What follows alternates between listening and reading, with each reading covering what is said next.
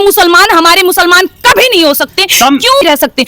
जब हिंदू मुसलमान इस देश में नहीं रह सकते तो आखिर बंटवारा क्यों? और जब बंटवारा हो गया तो इस देश में मुसलमान की क्या जगह? मुझे एक बात की, मुसलमान हमारे कभी नहीं हो सकते। भारत के मुसलमान कभी इस देश के नहीं हो सकते।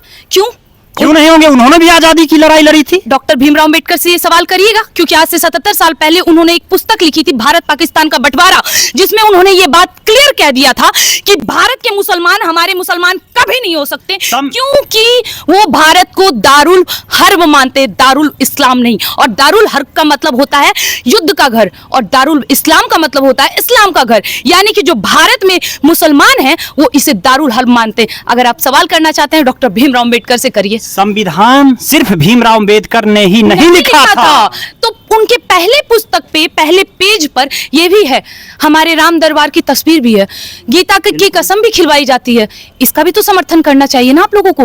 मैं किसी के विरुद्ध नहीं हूं, लेकिन हाँ, मेरे कोई विरुद्ध जा रहा है, लगातार जा रहा है, प्राचीन काल से जा रहा है। नहीं जा रहा है तो आपको भी इतिहास बहुत अच्छे से पता होगा सर, कितनी मंदिरें टूटी हैं, कितनी मूर्तियां टूटी हैं, कितने बार हमारे देश को किसके द्वारा लूटा गया है, कुछ भी सच्चाई नहीं छुपी है। अच्छा चलिए आप एक बात बताइए, क्या केवल मुगलों ने इस देश पे राज किया?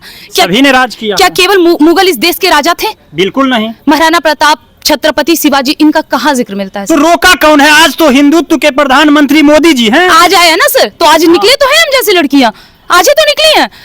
आजादी के बाद लगभग आजादी के बाद लगातार 5 बार हमारे देश के शिक्षा मंत्री कौन सर?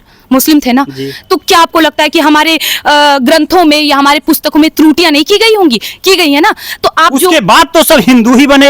हाँ बिल्कुल, हिंदू बने। किन की बात कर रहे हो आप? अभी ना 2014 से बात कर रहे हो ना? उसके पहले नहीं थी? थी ना सर, वो भी तो हिंदू ही थी। बिल्कुल। वो वैसे वाले हिंदू थी ना जो ना इधर की ना उधर की, उनको ये नहीं पता। कभी कुछ दिन पहले जो टोपी लगा के घूम रहे थे वो आज जनेऊधारी बन गए, कुछ दिन पहले जिनको अपना धर्म नहीं पता था वो आज ब्राह्मण बन गए। यही हिंदू थे सर। उन्हें तो ये नहीं पता कि वो उनका जात क्या है, उनका धर्म क्या है, फिर आप उनको हिंदू कैसे बोल सकते हैं सर? और वो हिंदू कैसे हो सकता है जो केवल प्रधानमंत्री बनने के लिए हमारे देश के 2 टुकड़े कर दिया? धर्म के आधार पे हुआ ना सर। क्यों किया गया? मुझे जवाब दीजिए, आखिर क्यों? अगर वो हिंदू थे तो आप, एक बड़ी अच्छी बात लगती है बार बार, हिंदू मुसलमान करवा रही है बीजेपी, भारतीय जनता पार्टी हिंदू मुसलमान। अच्छा, हिंदू मुसलमान करवा रही है, तो एक बात बताइए, जब देश के बंटवारे हुए गए थे इसका मुख्य कारण क्या था? मुख्य कारण क्या था? धर्म ना, धर्म था ना। तो जब मुख्य कारण धर्म था और अगर आपको हिंदू मुसलमान नहीं करना था, जिन्ना को प्रधानमंत्री बनने दे देते ना भारत का, देश का बंटवारा नहीं होता। और बंटवारा नहीं होता तो फिर आज सब रहते हैं। क्यों? उस वक्त आपको लगा कि नहीं हिंदू मुसलमान एक देश में नहीं रह सकते। जब हिंदू मुसलमान इस देश में नहीं रह सकते तो आखिर बंटवारा क्यों? और जब बंटवारा हो गया तो इस देश में मुसलमान की क्या जगह? मुझे एक बात बताइए। बंटवारा हो गया, ठीक। बंटवारा के बाद पाकिस्तान की स्थिति है का आज क्या, वो भी देखिए। हाँ, भूखा मर रहा है। लेकिन हिंदुस्तान में सभी धर्म के लोग रह रहे हैं। तो आज हमारा हिंदुस्तान जो है वो पूरी दुनिया में सबसे शक्तिशाली देश है। सर मैं इस बात का आपका पूरी तरह से समर्थन करती हूँ। एक स्थिति बनी थी हमारे देश में जब पाकिस्तान से लोग आते थे इस देश में, क्यों भाई?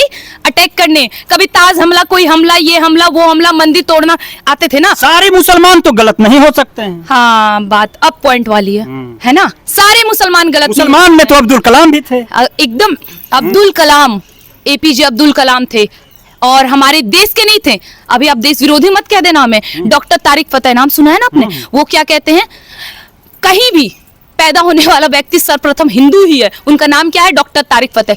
उन्होंने भी मेरा समर्थन किया है। एक बार ट्विटर हमारा चेक कर लें। डॉक्टर रिजवान अहमद अभी मौजूदा हमारे सामने हैं, ठीक है, वो मेरा समर्थन करते हैं। अगर मैं मुसलमान के या उन लोगों के विरुद्ध इतनी ही होती ना तो कभी इतने बड़े बड़े लोग मुझे समर्थन नहीं करते। इस बात की जानकारी आपको भी है। लेकिन एक एपीजे अब्दुल कलाम या एक मुसलमान के नाम पे ये सब कितना खाएंगे सर?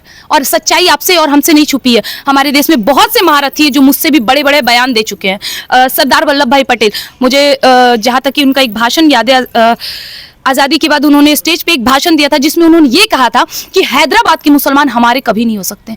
डॉक्टर भीमराव अंबेडकर ने भी ऐसी टिप्पणी करी है। क्या सर आप उनके विरुद्ध जाओगे? मैं तो अभी भी यही कहती हूँ, हमारे देश के प्रथम प्रधानमंत्री सरदार वल्लभ भाई पटेल थे। आप मानते हैं? नहीं। क्यों? असली ईवीएम हैक उस वक्त हुआ था। कोई जिक्र करता है? मैं केवल और केवल मुद्दे पे कैसे ईवीएम हैक हुआ था? सर नहीं हुआ, मतलब पूरा पूरा देश सरदार वल्लभ भाई पटेल के समर्थन में था, केवल एक गांधी जी के समर्थन की वजह से नेहरू देश के प्रधानमंत्री बन गए। ये हुआ था या नहीं? पटेल जी ने क्यों नहीं विद्रोह किया? क्यों नहीं किया? क्योंकि गांधी जी का इज्जत करते थे सर, बापू थे हमारे देश के, राष्ट्रपिता थे। चलिए, बापू का आपने नाम लिया, बापू की हत्या नाथूराम गोडसे ने की। उस हत्या को आप किस रूप में देखते हैं? किस रूप में? वो सही है या गलत? देखिए, अब क्या ही कहें हम, सही गलत तो किसी का भी जान लेना हमारे हाथ में नहीं है, लेकिन मेरा ये मानना है देश हित और धर्म हित में उठाया हुआ हर एक कदम सही है।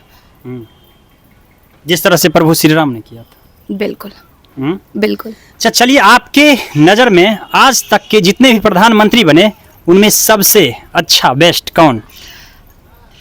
लाल बहादुर शास्त्री। कैसे? आपने कभी सोचा है कि आप अभी भी देखते हैं कि देश के प्रधानमंत्री छोड़िए ना, एक मुखिया भी बन जाता है तो 4 व्हीलर से नहीं उतरता है। मैं बस सादगी को देखती हूँ कि कोई किस तरह अपने धर्म के लिए, अपने देश के प्रति समर्पित है कि उनकी माता तक को ये नहीं पता है कि ये हमारे देश का प्रधानमंत्री है।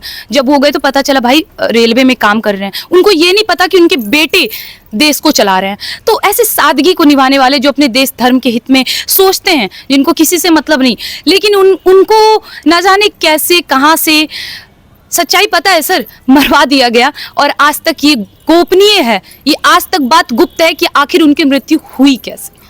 तो सर मुझे ऐसा लगता है जिन्हें हम भूल चुके हैं, मैं उन्हें दोबारा वापस लाऊं अपने जरिए। आज मैंने ये कहा, लाल बहादुर शास्त्री जी का नाम लिया, कल मेरे जैसे बहुत सारे लोग कहेंगे, उसके बाद धीरे धीरे उन मुद्दों पे जाएंगे जिन मुद्दों को हम सबसे छुपाया गया है। इंदिरा गांधी ने पाकिस्तान को 2 फाड़ में कर दिया। आज इंदिरा की ही देन है जो पाकिस्तान की शक्तियां कम हुई है। तो इंदिरा को आप किस नज़र से देखते हैं?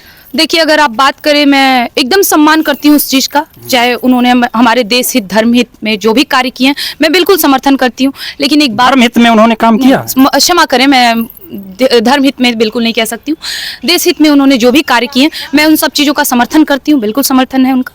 देश की प्रधानमंत्री थी महिला, काफ़ी बोल्ड लेडी भी कहा जाता है उनको।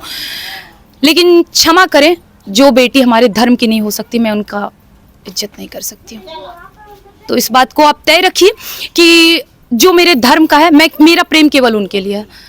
धर्म मतलब देश, जो अपने धर्म से प्रेम करेगा वही अपने देश से प्रेम कर सकता है, और सनातन धर्म भी यही सिखाता है। आपकी नज़र में मोदी जी बढ़िया या फिर योगी जी बढ़िया?